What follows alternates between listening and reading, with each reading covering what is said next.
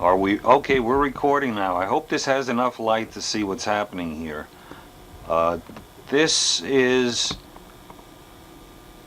the workshop, of course, with the new plane. Now I'm just trying out the new battery to see what's what. Okay, this is the new Decathlon with that covering on it. Oh, that's beautiful. Now let's see if I could put the wing on the fuselage so you can see what the whole thing looks like. Hang on a second. Now there is a Decathlon with the wing on it. Notice the really nice color scheme, the red and the yellow. It's got red on the bottom of the wings and the horizontal stabilizer, so maybe I'll be able to tell whether the thing is flying right side up or upside down, and which would be nice after today's event where I forgot to wear my glasses and I couldn't tell what the thing was doing, plus was way out of adjustment, and the darn thing crashed because of that. Show you that in a second. You get a grand tour of the basement now. My hangout. This is, let's see, as you can see, two wings from planes that have had a sort of ignominious end. There's a couple of my, there's another plane that had an ignominious end. I think it had an ignominious beginning too. There's my boats. Close up. Uh-oh, light. That's funny. I get close up and I don't get enough light. That's odd. Oh, light also. Okay, now we're getting enough light. Okay. Where do we? Fishing boat, two fishing boats. Tugboat. There's a model of the Thompson that never got completed. There's a paddle wheel sailor that never got completed. There's a gunboat that never got completed. And there, of course, is, need more light. Let's see. That did it. That light did it. Okay, there's the, scientific, whatever it was, that has run under a variety of different engines.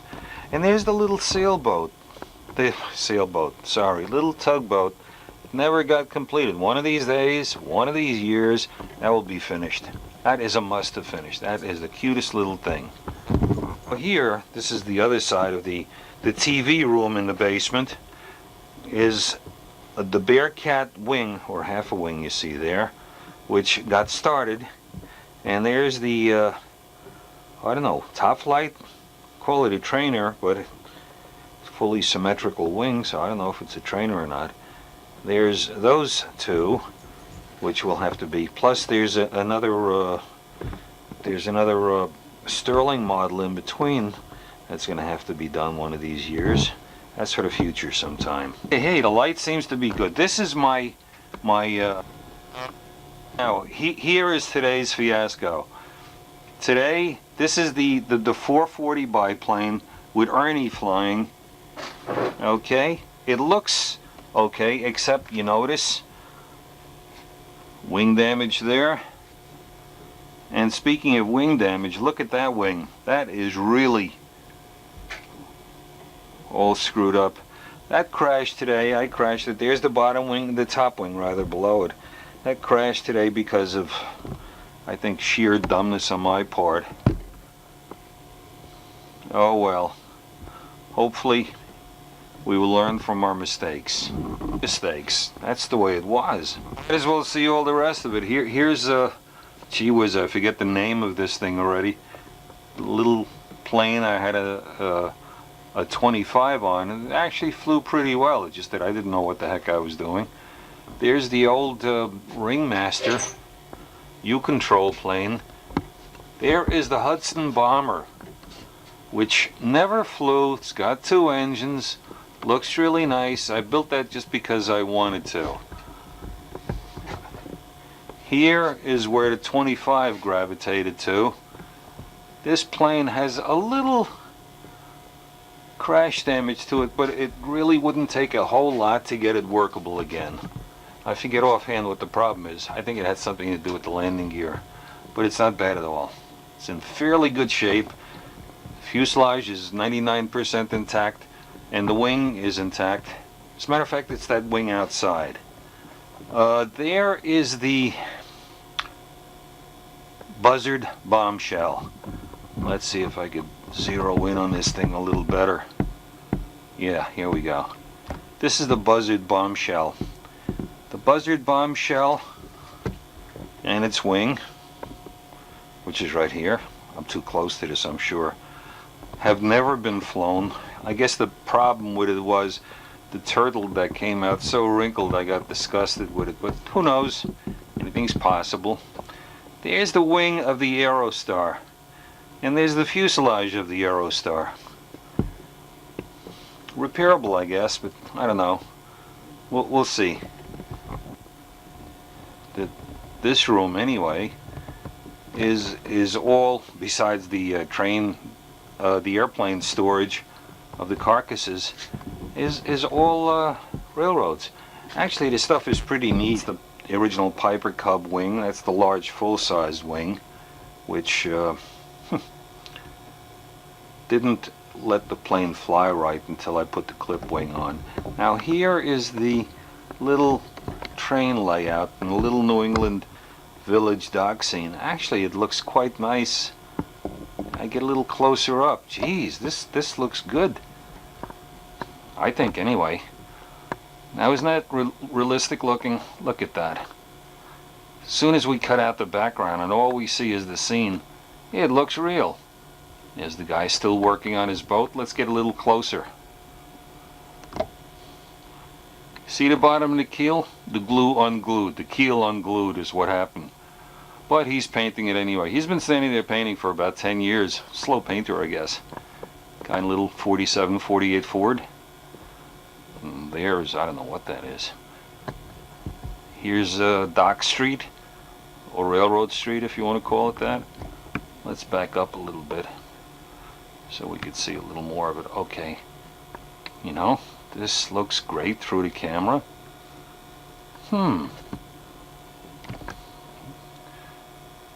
What else have we got here? A church and a little old building on a siding and a factory. What's it say? A and J Box Company. Looks pretty good. There's a tree falling over. Must have had a hurricane here or something. And there's another church on a hill. Must be a lot of religious folks on this layout here. There's the tunnel going into the side of the hill, coming out onto a wing. Oh my goodness. And on this side now, hope we have enough light over here. On this side we have a really neat roundhouse. Look at that. Is there anything in it? No. Nope. Doors are open but nobody's home. Look at that. Nice roundhouse. And here we have a turntable that actually works. It actually turns. And there's a couple cute little locomotive there. And this is, I don't know if I could see this through. This actually fits on top of this. I don't know, it fits on top of that one way or the other. Whoop. And here are all my, incidentally, these tracks, these are all hand-laid tracks, all put down one spike at a time, I guess is the word I'm trying to say. Look at that. That's a lot of work. And they all function pretty well. There's the back. Is my overpasses and underpasses. There's the back of the 440 bike. And here's a little fishing scene. I guess that spray can next to the house sort of throws everything out of perspective. There's more hurricane work. Tree leaning over. There's more of a scene. Wharf scene with a locomotive on it. Looks pretty good. Oh. Hey, I wonder how the camcorder is focusing on all of this. track going into a tunnel. Coming out of the tunnel, covered by the airplane. Covered by the airplane wing. That's what it is. And going back into the tunnel there. This is a pretty neat affair. Not bad, all this stuff. Oh, and there's the old smoothie. The old U-Control smoothie. I hit a tree with this a number of years ago, but it's still flyable as it is. And that's it, the grand tour of everything. Here's the old railroad workbench with all of its associated stuff, plus a lot of other stuff that get added. There's an old plane of some kind, an old radio, which sounds well when it works, and a Futaba box. Here's an SE5, can you see it up there? And another pegboard wall, which has been largely decimated, and more screws and stuff. Well, that's it. Grand tour. There's the main workshop out there. And here's a closet. Let me back up a little bit here. Nope, wrong way. Here's a closet that houses, among other things, airplane motors and airplane kits and associated assorted kits. Empty boxes. Very important to have empty boxes. And there's a couple sailboat kits. Back to the transmitter wall. The other transmitters upstairs, there are 4 of them in total. Okay, now let me turn off some of these lights.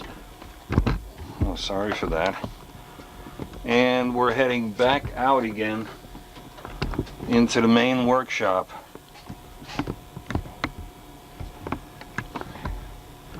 Oh, I didn't show you this before. See the glider? The glider is the fuselage. It's covered with dust. You probably might not recognize it. And there's a Beasley something or other, which I started to build way back when, never finished it. The glider is my very first radio control, semi-successful radio control plane that I've ever had. That's the wing up there. You see the big polyhedral thing? That's the wing, laying there under about 4 pounds of dust. And in the corner, yeah, I thought the light would light up. In the corner is plastic kits, more plastic kits, and just assorted stuff. Well, you have just, this is where it all happens, right here. This is the spot. This is the main workbench.